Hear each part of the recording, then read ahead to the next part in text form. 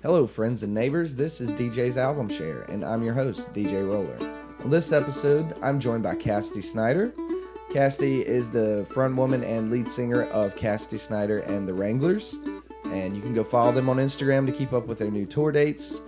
Check them out at one of their new shows coming up this next year. And the two albums that we talked about were Blaze Foley's Oval Room and Robert Earl King's live album. I had a really interesting conversation from songwriting perspective with her, so I really enjoyed this episode.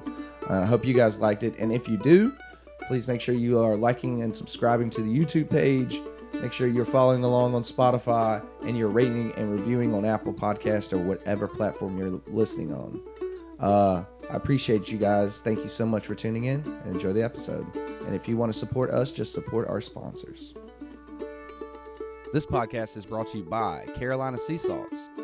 Specializing in smoked sea salts, their products can be found at Etsy. Just search Carolina Sea Salts, look for the smoked sea salts, and tell them DJ sent you. Thanks, guys. Hello, Cassidy. Welcome to the show. Thank you for coming on. I appreciate your time. Absolutely. This is awesome. It keeps materializing. This show keeps materializing into something new each week. And so it's really cool for you to come on because we've crossed paths at different things in Richmond. And I've actually seen you at Cassidy Cafe years ago when I first moved here. Yes.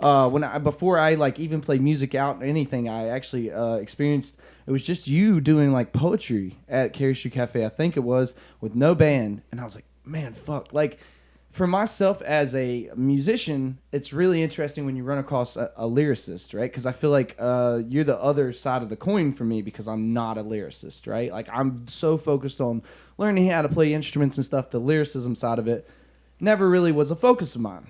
And then when you hear someone who's like so good at it, like yourself, it was a really interesting thing. And then after that, when we actually played the Star VA thing together, it was like really cool to see. I was like, oh man, she's still doing it. And now she's getting people around her that are really good at music and really good at capturing what you do. So I'm kind of a little starstruck.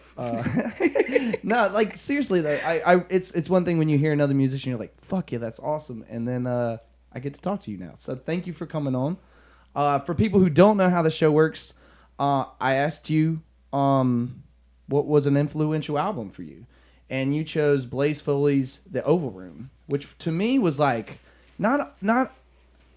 I have known Blaze Foley, but not through his own work. I've known Blaze Foley because of the people who've covered him, John Prine especially. Yes. My dad's a huge John Prine fan.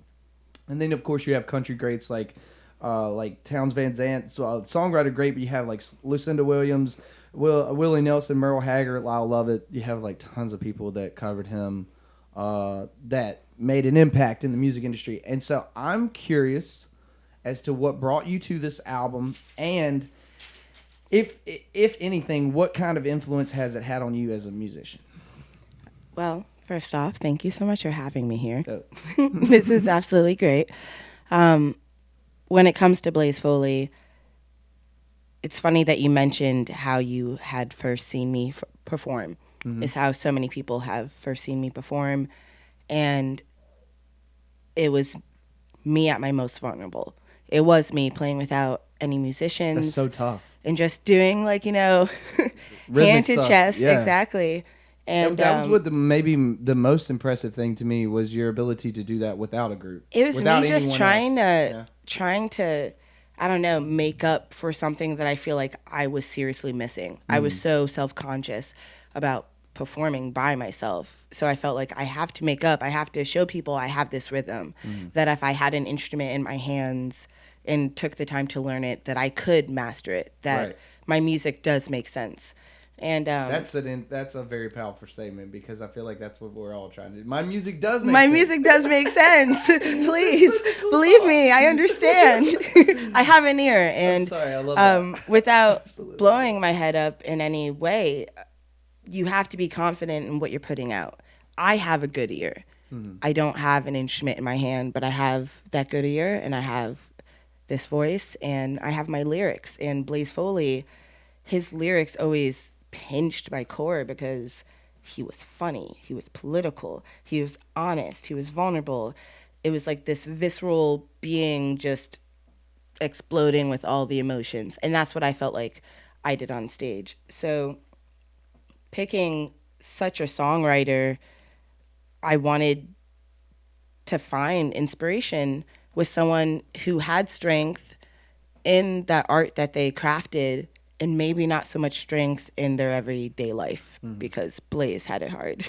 Yeah, dude. Like, that's part of the, like, I knew Blaze through, like, Townes Van Zandt and John Prine talking about him. And, of course, like, he is a legend when it comes to some of the more interesting parts of this podcast, or me even talking about music, has always been, like, the legendary stuff where you're like, oh, Townes Van Zandt dug him up and, like, got a ticket out of his coat. Like, stuff like that. And there's no need for us to go into his life in depth, right? Just a few little stories, whatever. There's tons of stuff to work out there. I suggest for anybody who's interested, there's a movie on Netflix that it does a decent job. It is a little corny, but there's a documentary. It does touch more so on his love relationships, and I think it really. Did she write a book or something? She did. She wrote her memoir, which would naturally include Blaze and Michael Fuller for his original namesake. But Michael David Fuller, yes. Yes. Yeah, I had that written down. And so it's corny in that, like, all sweet way, but it also doesn't have that happy ending. No, they don't end up together. So like they don't end up together, but you have a lot of good songs. Yeah. I like the way that the filmmaker on the Netflix movie, because I did watch it recently just to kind of have some context, used his songs as a focal point to go from, like, narratives, right? So that was interesting to me. I love that, how he used, like, the actual material and actual live performances that we have in Blaze, which are just fucking it just ridiculous. Embellished the live stories of the song. So, like, it gave life to the storytelling. I think so, absolutely. And I think that pointed to the lyricism. That's the closest similarity I could draw between Robert Earl Keen and Blaze Foley, was the songwriting and the storytelling. Yeah. Like, their storytelling is amazing, right? But with the two albums, you see this contrast of live performance. Absolutely. You see this, you see Blaze in a bar where nobody gives a shit, which is what most of us where people are yelling for Townes Van Zandt.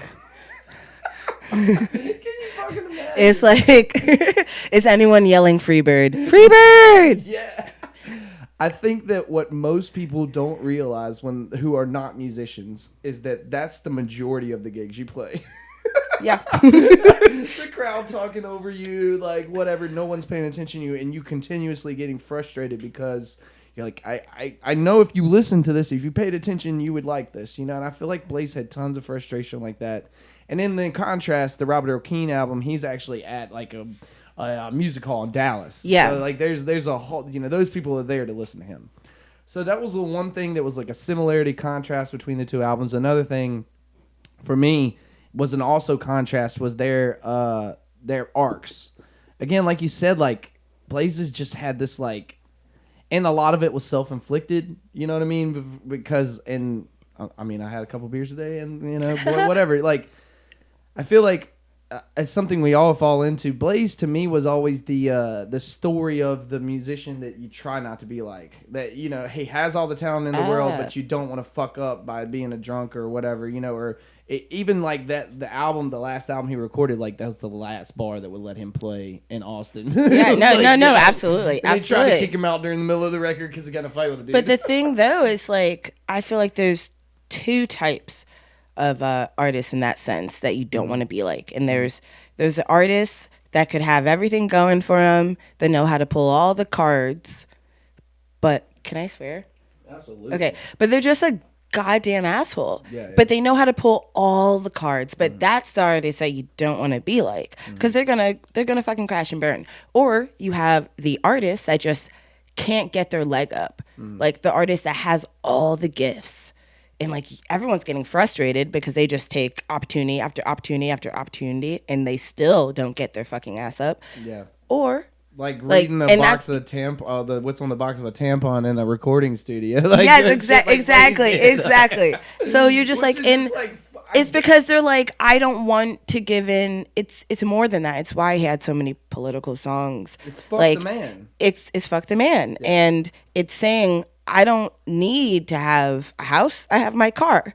I have underneath this pool table. Or I don't need to like get money from this record label. I may just like take that money and buy some drinks and run it to the ground. But I had a goddamn good time and a very good story. He didn't want to do it for other people. That was what I was about to say is like, my mind kind of Sorry, I get fired up. No, you're great. My mind kind of draws to the point of like, how do you be a songwriter like Blaze Foley without having the life experiences of Blaze Foley? Right? Like how do you write like that without being the complete fucking madman that is Blaze Foley? I don't think you can. I think you have to be. I think that's someone empathetic, so empathetic who they need to write it all out and they need to live it. Like, because if they don't live these different stories, it's not real. Yeah, and it's not without trying to bring attention to his like long love Sybil. Like, they did separate to go on to the other aspirations. They were like, our love is this strength that we don't think we can give the proper attention to the desires that we have outside of this relationship. And so they separated. The forethought. Whether like, for good or for worse, like whatever. But I feel like that is important. Like, definitely.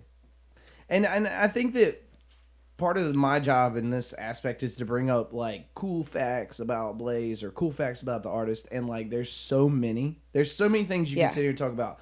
His music's mostly known as performed by other artists. Not many people check into his actual albums unless they're actually a performer or songwriter, which is just like, there's a moment where like, I think there's a Townes Van Zandt interview. He's like, you don't know Blaze Foley? Like, he wrote this, and you're like, shit, man. Like, and it's almost criminal how, you know, his albums just didn't get put out. Speaking of which, his first studio album gets confiscated by the DEA over a drug bust. There's just so many things where like his albums get lost to time, and it almost feeds the legend. Yeah, it almost feeds fire, like fuel to the fire of Blaze Foley's legend. Where and he has a track on the album that you picked. It's 40 years, the 20 years intro. Yes. And it's all about like, yeah, well, we're going to play some songs, and if 20 years from now, this might haunt me or it might not. And it's like he almost knew what was going on, but it couldn't stop it. And I think that's something that like a lot of artists fall into is like, you can see what's going on, but can you stop it and correct it and bring the ship back to a good place? I think that's why he like tried to stay so underground, because he didn't know how to deal with it. Yeah. Yeah.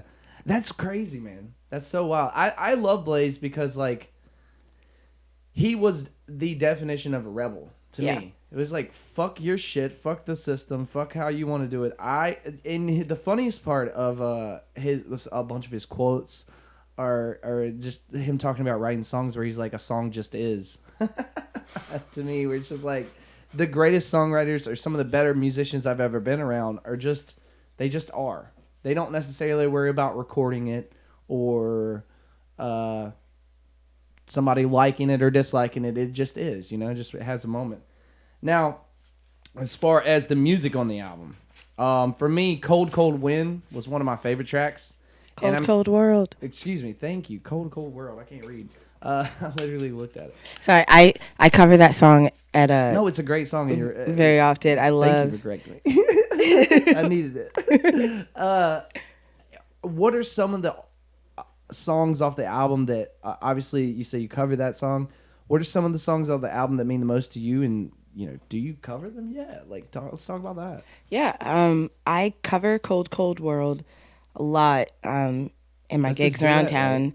Right? So he plays it with the golly gee, he plays it with the River Beach Valley Boys, the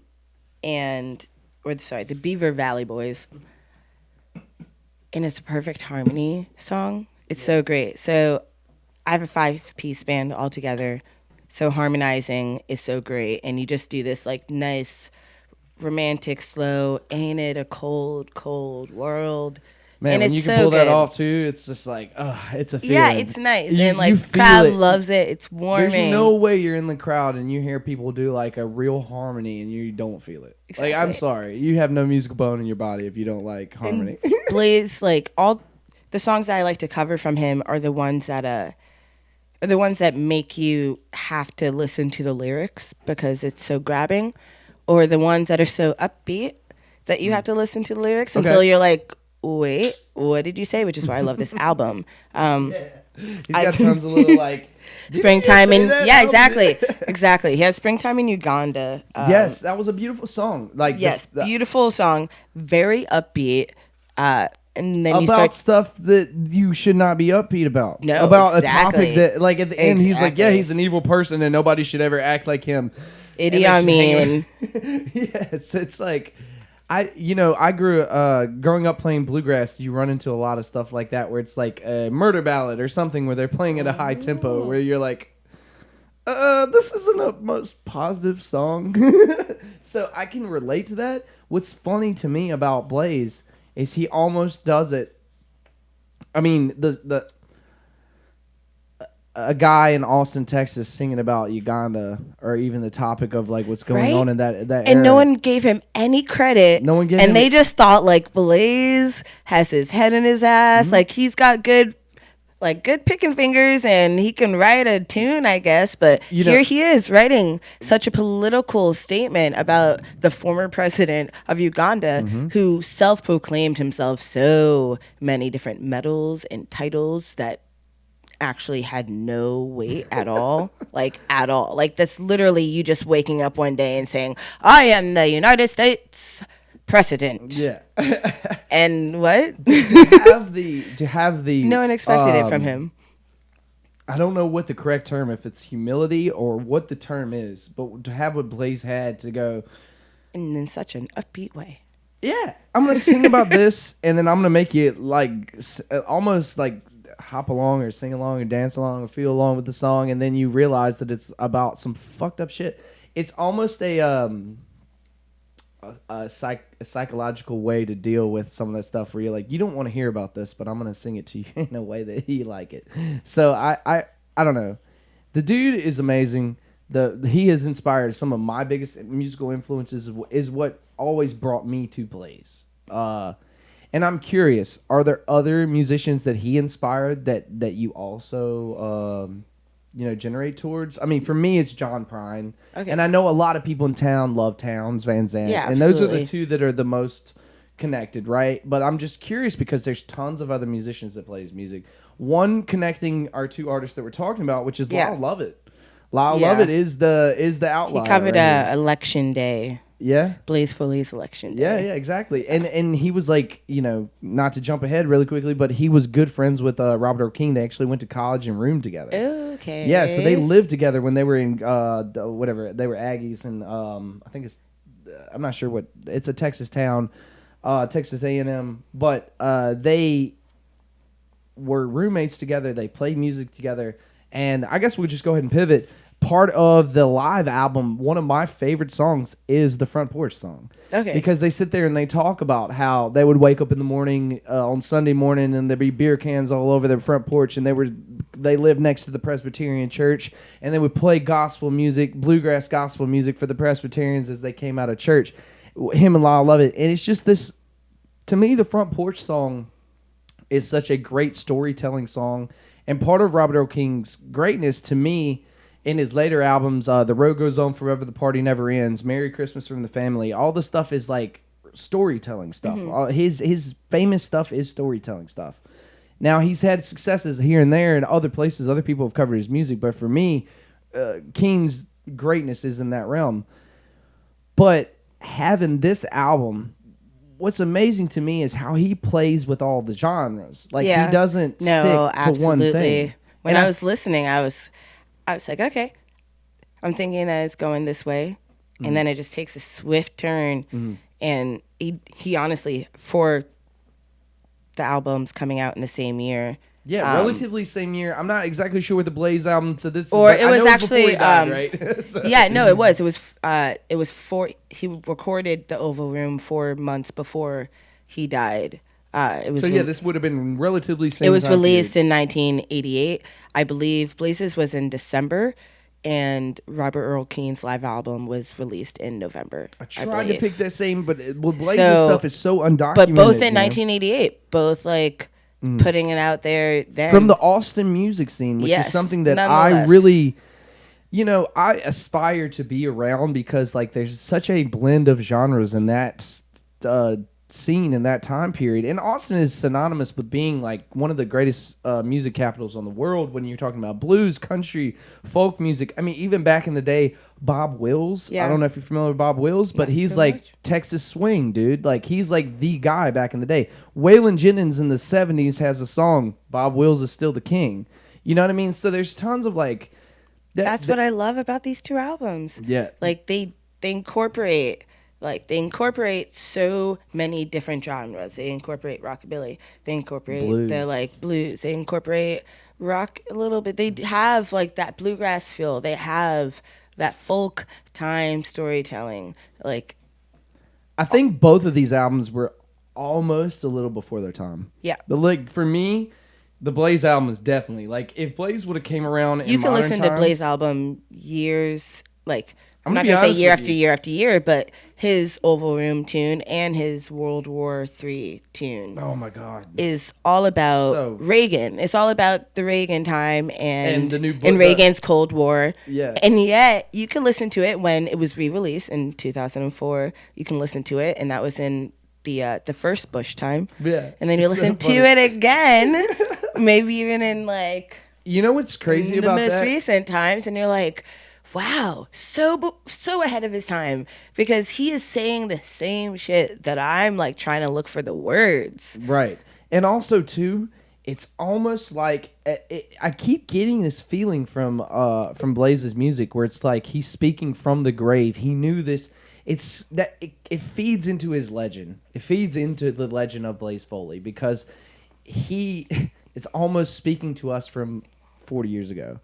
Where he's like, this is what's going on now. And you're like, shit, the same shit's going on now. Fuck. You know, like, it's so crazy. The only thought I could have last night while I listened to his music is that he's speaking to me from the grave, which is just a heady way to think, but also, like, it felt real, where you're like, this shit is so topical, yet so, like, it works today. Like, most of the stuff on that album, it's not just like the Oval Room and the other stuff, although that is very political. No, yeah. His other stuff was just common is even still. No Goodwill Stores in Waikiki was the first song that I listened to from Blaze Foley, and it will go down to being one of my favorites. Mm-hmm. And that's just a simple ode to himself. Right. And it reminds me of where I grew up. I grew up in a nice cul-de-sac in small town in Connecticut, and it's just so funny because we didn't lock our doors, and rural Virginia's a lot like that too. I'll just let you know. And it's great. But then going deeper into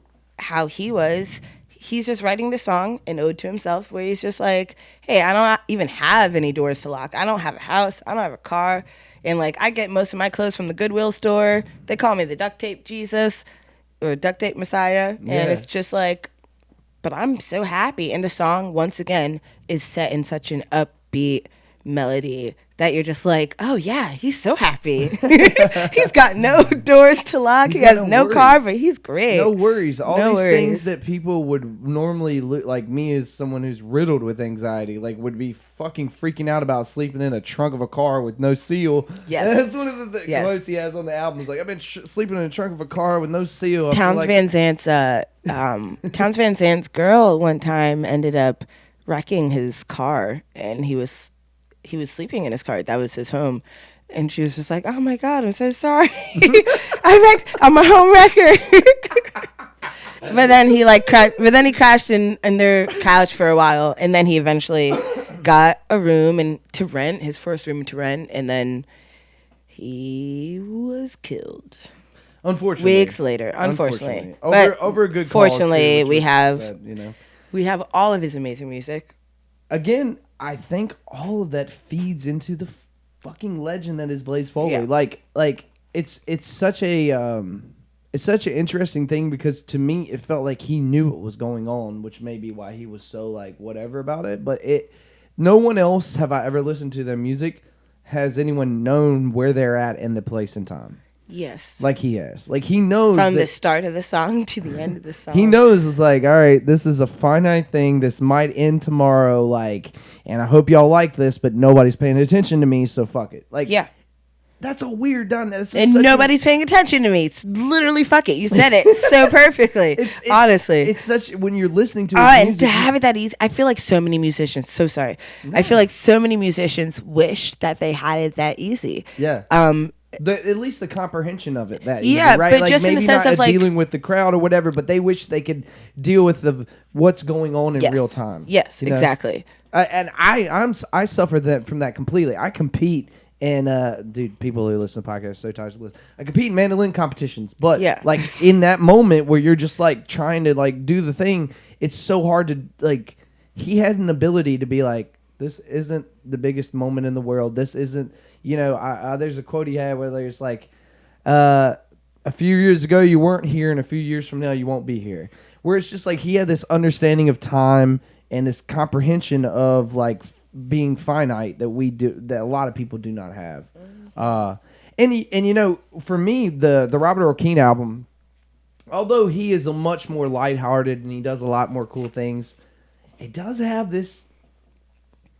I don't want to speak for Robert Earl Keen, but it has this like homage to like I feel like everything comes out of Austin, kind of like tips the hat or nods the whatever to Blaze, because there's like such a freedom to what he did, and like you can hear that from most of the artists that come out of Austin, that they're not a specific genre, they are a blend of multiple genres. And that was something that I really wanted to bring forward with Robert Earl Keen, because Blaze is such a iconic figure in the songwriting world, in the musical world, and everything. And like the performing, think about just a performer just a performer. We're not even talking about how good of a songwriter he was or musician he was, just a performer. For him to sit there in a crowd of people who don't want to listen to you play and be able to make some remnants of music that is still like sought after today is mind-blowing to me, because it's hard. It's hard when people aren't paying attention to you.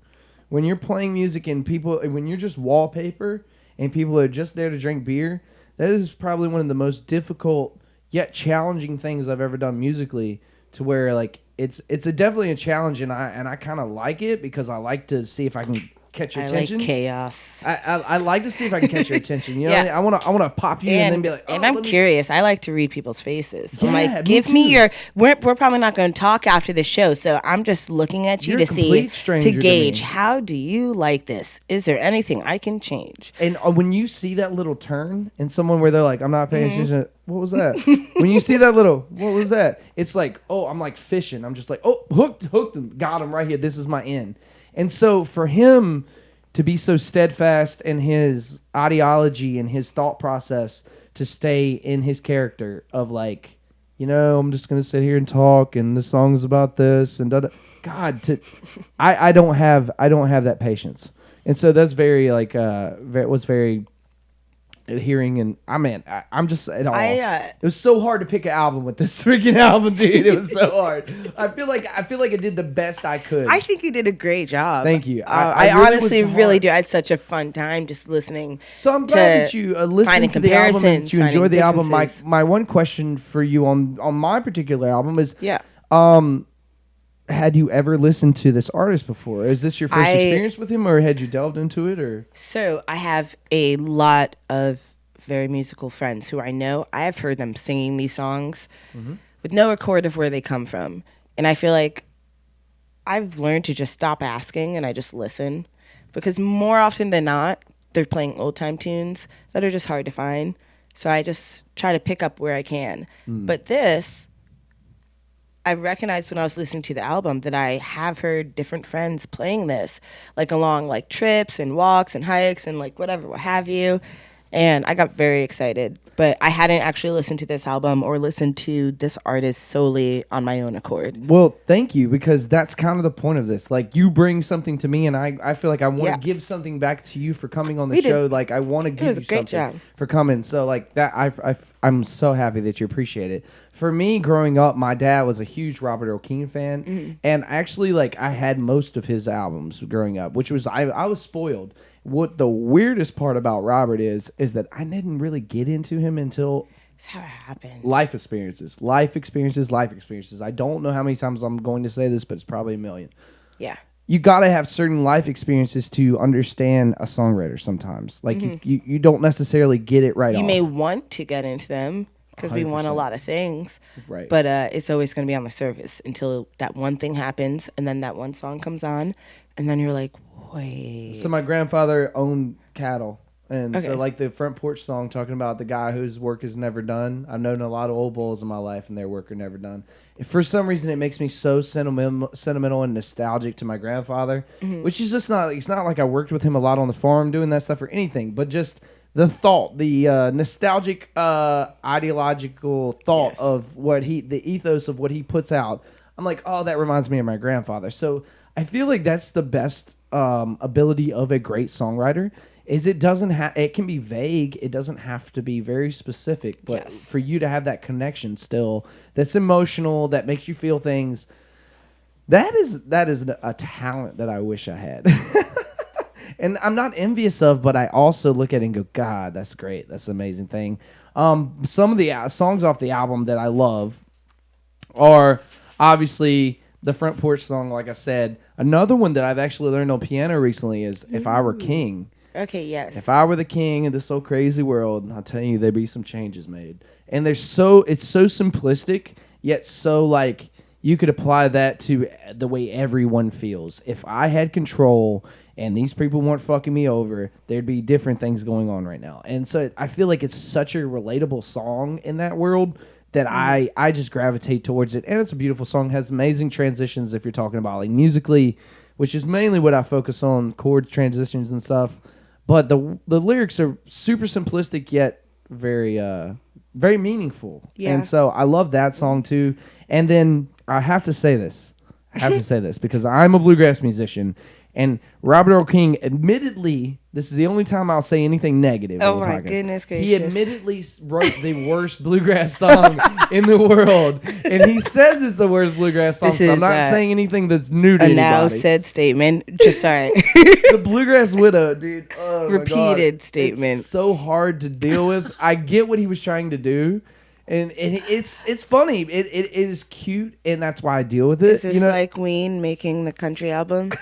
Yeah. Well, I could deal with. I know, actually, Ween making the country album is Piss actually Up a really Rope good. is I was trying to hilarious. toss shade, but it's actually really good. For him to be like, this is the worst song that's ever written, yet I'm gonna still play it anyway. It's like, all right, well, cool. I'll listen for a second. And he's so cute throughout the whole song because of all the song titles I know he's stringing together. I'm like, all right, I'll listen, but it's like, this is horrible, Which right? made it kind of cute. Yeah. Hey, that's a talent too, right? It is a talent. I mean, come on. That's like something where you're just more so following along for the art. You're like, look at the string of song titles that are making sense. Kind of sense. Kind of Yes, sense. making, yeah. Also, sense. too, there's a thing to me when I listen to like Tyler Childers and these musicians who are like kind of independent, kind of not nowadays, who are doing like homages to the past, bluegrass and stuff. He would what his attempt. I can kind of understand what his attempt was. I like all of these old bluegrass songs, and this is my one way to kind of give them another life.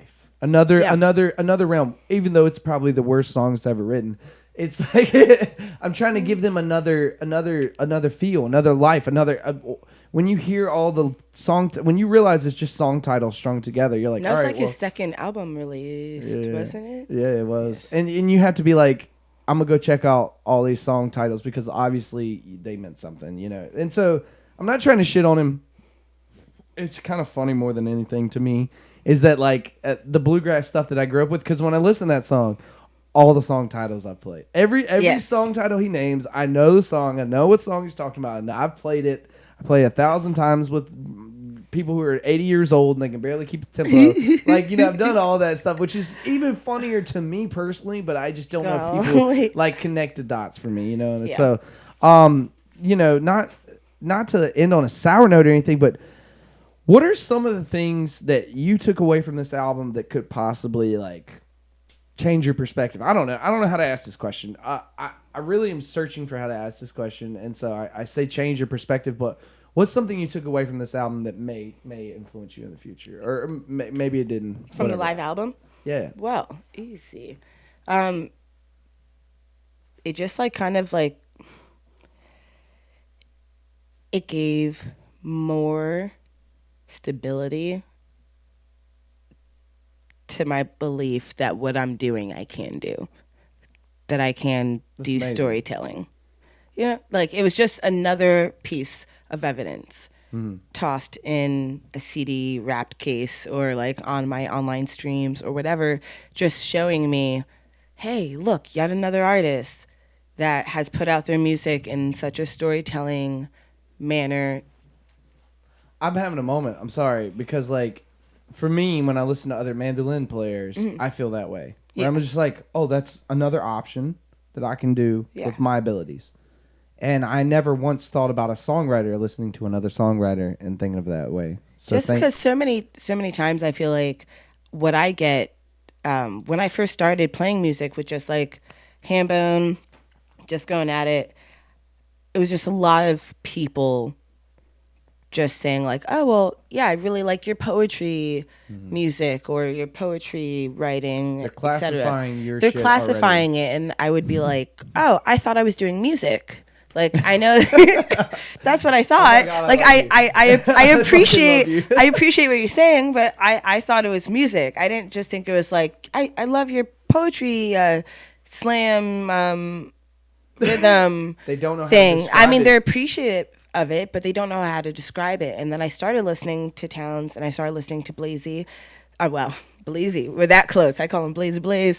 And I started listening to Blaze, and now Robert Earl Keen, and it's just another reminder of, okay, so I don't have to classify under what other people are used to, this storytelling way. Like, this is okay. I'm making music. I'm making it work. I've got an ear and I've got my throat. And it's so funny because I have to say this. I'm a big Beatnik fan. I'm a big Beat Generation gal.